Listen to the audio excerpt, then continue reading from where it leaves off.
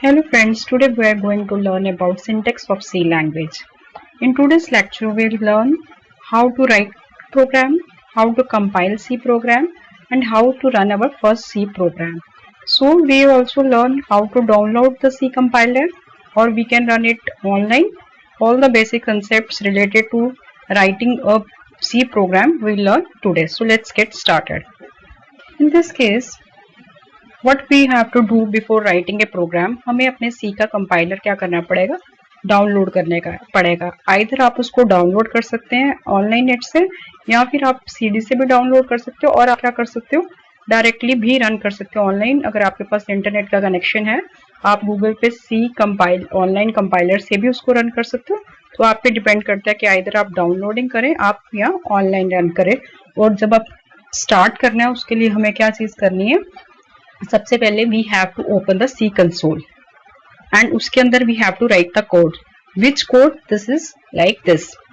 सो hash include stdio.h, second line में आएगा hash include conio.h, third line में आएगा void main bracket start bracket 1, ये कौन सी ब्रैकेट्स है आपकी, राउंड ब्रैकेट्स हैं। देन नेक्स्ट लाइन में आएगा कर्ली ब्रैकेट, उसके बाद दो स्लैश हैं, दैट इज क्या है वो आपका डिपेंड करेगा। अगर आपने कमेंट्स डालने हैं प्रोग्राम में तो कमेंट्स के लिए दो स्लैशेस डलती हैं। सिंगल कमेंट हो आप हैश भी डाल सकते हो।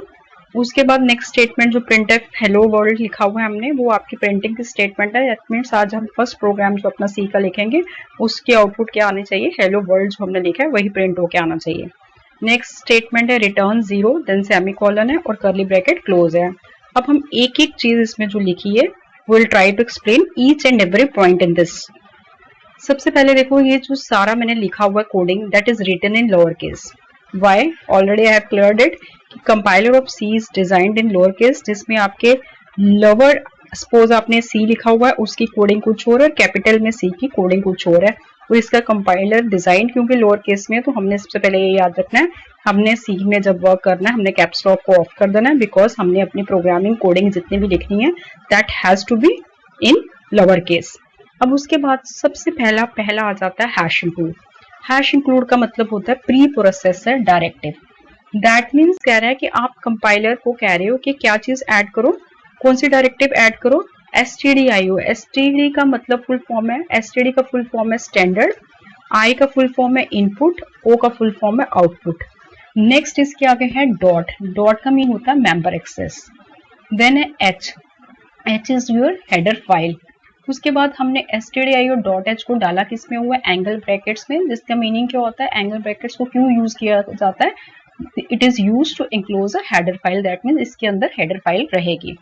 तो इसका पूरी लाइन का मीनिंग क्या हो गया कि stdio.h क्या है, आपकी हेडर फाइल है किसके लिए, for standard input and output. देखो आप जो भी सिस्टम में काम करते हो, जैसे आपने एडिशन ऑफ 2 नंबर्स करने हैं, दैट मीन्स आप 2 नंबर्स इनपुट करोगे वो आपको आउटपुट दे, मीन्स यहाँ तो आपने इनपुट डालनी होगी और उसके बेस्ड आपके इनपुट के आउटपुट आने चाहिए। तो उन इनपुट्स को कैसे लेना है आपसे, स्क्रीन को रन के टाइम में कैसे रुकना है इनपुट के लेने के लिए, और कैसे आपको वो आपकी प्रोसेसिंग करके इनपुट्स के बेस्ड प्रोसेसिंग करके आपको आउटपुट देगा, ये सब जो रूल्स एंड रेगुलेशन है जिस तरह के करने के मेथड है वो उसकी किस फाइल में इंक्लूडेड है, stdio.h। This is useful for getting the input from the user. आप इनपुट किससे दोगे, through keyboard, and output result text to the monitor. Monitor mean screen पे आपको दिखेगा। वही चीज जैसे मैंने आपको बोला कि अगर आप इस फाइल को इंक्लूड नहीं करोगे तो ना आप स्क्रीन से कुछ अपने प्रोग्राम से कुछ आउटपुट डिस्प्ले कर पाओगे, ना ही आप उसमें कोई इनपुट डाल सकोगे। तो that means without this header file one can not display the results to the users on the screen और can not input the values through the keyboard. ना कि आप इनपुट डाल सकोगे और ना आप सिस्टम से आउटपुट ले सकते हो। अब उसी तरह नेक्स्ट इसमें है हैश इंक्लूड conio.h। अब देखो ये भी आपकी अगेन क्या है, प्री प्रोसेसर डायरेक्टिव। ठीक है, प्री प्रोसेसर डायरेक्टिव्स क्या चीज होती हैं, जो क्या टेल करती हैं, जो बोलती हैं प्री प्रोसेसर इंक्लूड्स मींस जो कंटेंट्स होते हैं इस फाइल के वो क्या करो, इंक्लूड करो। ये भी आपकी एक प्री प्रोसेसर डायरेक्टिव है जो आपको क्या कह रही है, जो बोलती है सी के प्री प्रोसेसर को to include the contents of the file specified in the input stream to the compiler and then continue with the rest of the original file. That means आपने जो काम करना है फॉर द टाइमिंग वो उस file के contents को यहाँ लेके आपका वर्क करके देन इसको कंप्लीट करेगी। तो दैट मीन्स जो ये दूसरी फाइल है इसका फुल फॉर्म क्या है, CUN का फुल फॉर्म होता है कंसोल, आई का मीनिंग होता है इनपुट, ओ का मीनिंग होता है output, dot H again is your member access, H is header file, और इसको फिर हमने क्या है एंगुलर ब्रैकेट्स में डाला क्योंकि हम हेडर फाइल को किसके अंदर एंक्लोज करते हैं, एंगुलर ब्रैकेट्स के अंदर।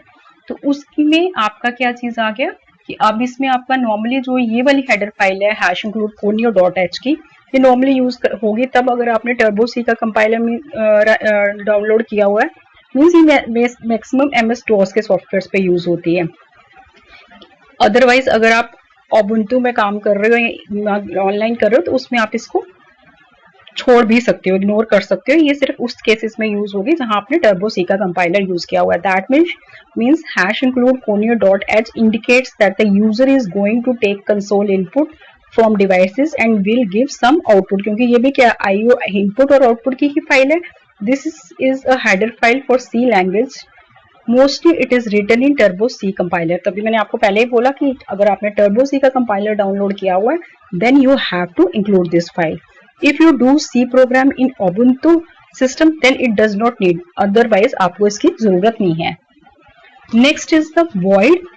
Void का मीन्स क्या है कि function does not return anything, क्योंकि आपका सी का मैंने आपको बोला था सी मॉडुलर प्रोग्रामिंग है जिसमें ये क्या काम करती है, छोटे छोटे मॉड्यूल्स में काम करती है। और मॉड्यूल्स किसके थ्रू काम करते हैं, फंक्शंस के थ्रू। मीन्स अगर आपको मैंने बोला था आप एडिशन, सब्ट्रैक्शन, मल्टीप्लिकेशन और डिवीजन कर रहे हो, हम इसमें कर सकते हैं एडिशन का पार्ट एक तरफ रखते हैं, सब्ट्रैक्शन एक तरफ, मल्टीप्लिकेशन एक तरफ और डिवीजन एक तरफ। उससे बेनिफिट क्या होता है कि अगर मेरे एडिशन के पार्ट में प्रोग्रामिंग में कहीं आउटपुट में एरर आ रहा है तो I will check only input addition part, हमें बाकी प्रोग्राम को टच करने की जरूरत नहीं है। उससे ये बेनिफिट होता है आपके फंक्शंस में डालने से आपका कॉम्प्लेक्स प्रोग्राम क्या हो जाता है, इजीली मैनेजेबल मॉड्यूल्स में डल जाता है, जिससे डिबगिंग रेक्टिफिकेशन करना इजी हो जाता है। तो इसमें जो अपना पहला वर्ड वॉइड है, that means function does not return anything. इसमें मेन जो आपका वर्ड है ये आपका क्या है, main is the name of the function. और मेन आपका जो है ये आपका क्या करता है, सबसे पहले एग्जीक्यूट करता है। जैसे ये फंक्शन के अलावा हो सकता है मैं SUB नाम के सब का फंक्शन बनाऊं या सम, लेकिन सबसे पहले एग्जीक्यूशन किसकी होगी, मेन की। तो दैट मीन्स मेन क्या है, नेम ऑफ द फंक्शन, और ये सबसे पहले एग्जीक्यूट करता है। The main function is the entry point of every program, किसी भी प्रोग्राम का जो स्टार्ट होगा एंट्री पॉइंट होगा, that will be your main. उसके बाद हमने दो राउंड ब्रैकेट्स डाली हुई है, empty, that means empty parenthesis means function with no arguments. In future अगर आपको आर्गुमेंट्स डालने हो तो यू कैन पुट, स्टार्टिंग में हम इसमें क्या रख रहे हैं, विद नो आर्गुमेंट्स।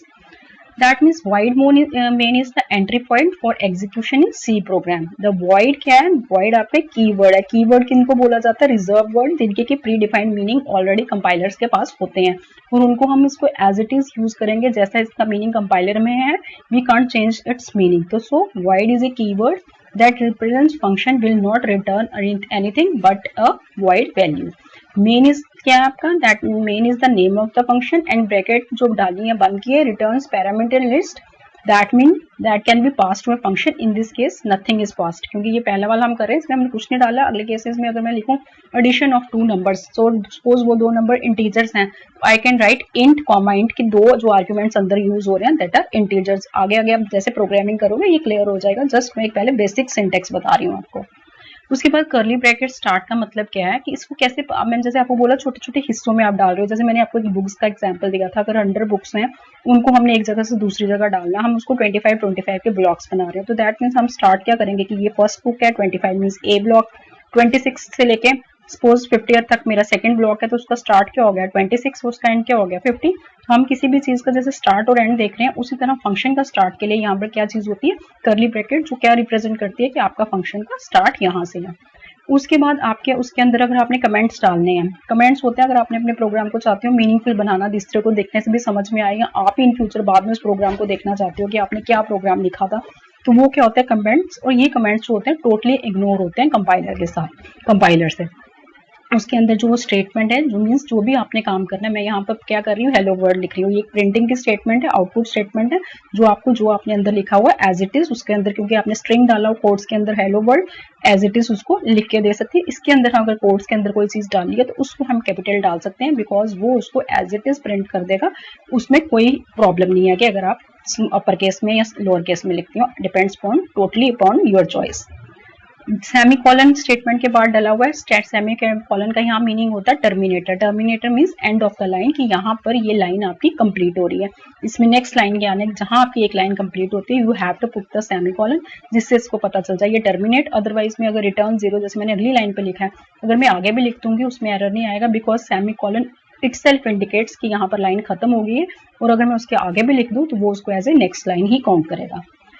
उसके बाद मैंने लिखा हुआ है return 0, returns execution status to the किसका operating system. The 0 value is use जहां पर आपकी एग्जीक्यूशन क्या हो सक्सेसफुल, और 1 रिटर्न करता है जब आपकी एग्जीक्यूशन क्या हो अनसक्सेसफुल। नेक्स्ट आपकी कर्ली ब्रैकेट क्लोज जैसे आपने डाली थी, means start of the body function, और कर्ली ब्रैकेट क्लोज मीन्स आपका एंड ऑफ द फंक्शन। उसके बाद जितना भी पार्ट आपका कर्ली ब्रैकेट स्टार्ट से एंड के बीच में, that is known as the body of the function. उसके बाद अब ये हमारा प्रोग्राम कंप्लीट, आपको लॉजिक पूरा समझ आ गया प्रोग्राम का। अब इसको हम क्या करेंगे, कंपाइल करेंगे और क्या करेंगे, रन करेंगे। इसको कंपाइल करने के और रन करने के 2 वेज हैं। एक आपका मेथड आपका क्या है, आप इसको कैसे कर सकते हो, मेन्यू के थ्रू भी कर सकते हो, या फिर अगर आपको शॉर्टकट कीज याद हो आप उसके थ्रू भी कर सकते हो। तो सबसे पहले हम मेन्यू के थ्रू अगर करेंगे तो हम क्या करेंगे, हम क्लिक करेंगे किसके मेन्यू पे, कंपाइल मेन्यू में, और वहां से हम किस वर्ड को सिलेक्ट करेंगे, कंपाइल को। जैसे ही हम क्लिक करेंगे आपका प्रोग्राम किसके लिए चला जाएगा, कंपाइलिंग के लिए। और आपका अगर प्रोग्राम एरर फ्री होगा तो आपको वो शो कर देगा, और इन केस उसमें एरर्स होंगे तो आपको एरर शो कर देगा। अब अगर आपका सपोज प्रोग्राम एरर फ्री है और you want to run the program, then आपको किस पे जाना है, रन मेन्यू पे जाना है, और उसमें से किसको सिलेक्ट करना है, रन को। तो आपका प्रोग्राम क्या देगा, आउटपुट शो करेगा। और अगर आपको शॉर्टकट कीज याद है तो आप क्या करोगे, कंट्रोल F9 को प्रेस करोगे तो कंपाइल कर सकते हो, और Alt F9 को प्रेस करो तो आप प्रोग्राम को डायरेक्टली रन कर सकते हो, मीन्स आपको मेन्यूज में जाने की जरूरत नहीं है। तो इसी प्रोग्राम को हम अपने कंपाइलर पे चेक करते हैं कि किस तरह से रन करेगा, किस तरह से एग्जीक्यूट होगा। वो पूरा कंसेप्ट आपको मैं एक बार ऑनलाइन बता देती हूँ। बाकी इसमें जिस तरह से हमने कीवर्ड्स वर्ड यूज किया, फंक्शन, ये सब चीजें एक्सप्लेन में आपको इजी हर एक नेक्स्ट लेक्चर्स में करती जाऊंगी। आज जस्ट मैंने एक ओवरव्यू बताया कि सी का प्रोग्राम कैसा लिखा जाता है, ठीक है। अब इसके बाद हम कौन सा बात करेंगे, अपना practical part. So let's start the practical part. So for practical part let's start. मैं ऑनलाइन रन कर रही हूँ, तो मैंने पहले सबसे पहले I have open Google, and then I'll type C online compiler. इससे क्या होगा, मैं अगर मेरे C का सॉफ्टवेयर मैंने इस पर नहीं डाउनलोड किया हुआ कंपाइलर, तो ये ऑनलाइन C का कंपाइलर मुझे खोल के देगा, बट इसके लिए आपके पास इंटरनेट का कनेक्शन होना चाहिए। जैसे मैं इसको क्लिक करूंगी, सबसे पहले ये देखो आ रहा है ऑनलाइन GDB। इसके अंदर हर तरह के C का, C++ का, पाइथन का, हर चीज़ का कंपाइलर है। हम किस पे क्लिक करेंगे, जो हमें अपना चाहिए फर्स्ट C का, तो हम किस पे क्लिक करेंगे, ऑनलाइन कंपाइलर एंड डिबगर पे। जैसे हम इसको क्लिक करेंगे हमारे पास क्या ओपन हो जाएगा, आपका ऑनलाइन एडिटर किसके लिए, C के लिए। तो ये आपकी स्क्रीन आ गई। यहाँ पर आपका क्या है, ये जो स्क्रीन है ये क्या है, आपका एडिटर है। यहाँ पर आप क्या लिखोगे, कोड, और बाय डिफॉल्ट भी इसने क्या है, एक सैम्पल कोड आपको लिख के दे के रखा हुआ है। तो इसमें क्या है, सबसे पहले जैसे इसने इंक्लूड किया हुआ है हमने, सबसे पहले #include stdio.h। सेकेंड लाइन में हमने लिखा है void main, जैसे आपको प्रोग्राम में बताया था। देन कर्ली ब्रैकेट का start, that mean start of the function. Then हमने स्टेटमेंट लिखी है printf hello world, and then return 0, और उसके बाद curly bracket close, that is the end of your function. Then ये पूरा का पूरा आपका क्या हो गया, कंप्लीट कोड आपने हेलो वर्ल्ड के लिए लिख दिया। अब हमने इसको लिखने के बाद हमने क्या करना है, we have to compile it. So सबसे पहले इसको कंपाइल करने के लिए ऊपर रन का बटन है। आप जैसे ही रन को करोगे तो बाय डिफॉल्ट साथ में पहले क्या होगी, कंपाइलिंग होएगी। जैसे ही हम F9 को प्रेस करेंगे या रन के की को प्रेस करेंगे तो ये देखो कंपाइलिंग प्रोसेस यहाँ पर चल रहा है। अब इस कंपाइलिंग प्रोसेस का मतलब क्या है कि एरर्स के लिए चेक कर रहा है, और आपका प्रोग्राम एरर फ्री है। तो ये देखो क्या चीज आ रहा है, हेलो वर्ल्ड, कि यही चीज हमने प्रिंटिंग स्टेटमेंट दी थी आउटपुट की, तो वही हेलो वर्ल्ड जैसे हमने लिखा हुआ है, एज इट H कैपिटल लिखा है, W कैपिटल लिखा हुआ है, एज इट इज शो कर रहा है। अब अगर सपोज मैं ये चीज चाहती हूँ, जो ये हेलो वर्ल्ड लिखा है, जैसे मैंने आपको बोला था स्मॉल केस या कैप्स आप इसमें लिख सकते हो प्रिंटफ में, अगर आप कोड के अंदर कोई चीज लिख रहे हो, अगर उसको एज इट इज आपने प्रिंट करना है, तो हम यहाँ पर क्या कर रहे हैं, मैं कैपिटल में क्या चीज लिखने लगी हूँ, हेलो एंड देन वर्ल्ड। तो इसमें ये क्या चीज करेगा, अगेन मुझे क्या करना पड़ेगा, रन के लिए क्लिक करना पड़ेगा। ये प्रोग्राम फिर से क्या हो रहा है, कंपाइल, और अब आपका हेलो वर्ल्ड किस तरह से लिख के दे रहा है, होल कैपिटल, बिकॉज जैसा मैंने लिखा है प्रिंटफ की स्टेटमेंट में कोड्स के अंदर, एज इट इज आपको प्रिंट कर देगा। तो ऑलमोस्ट जितना ये सिंटेक्स था मुझे लगता है आपको अच्छी तरह से क्लियर होगा। अभी मैं इसमें जितनी भी चीजें यूज की हैं आगे हम एक एक चीज अच्छी तरह से एक्सप्लेन करेंगे। जस्ट एक बेसिक सिंटैक्स आपको मैं बता दिया। Thank you.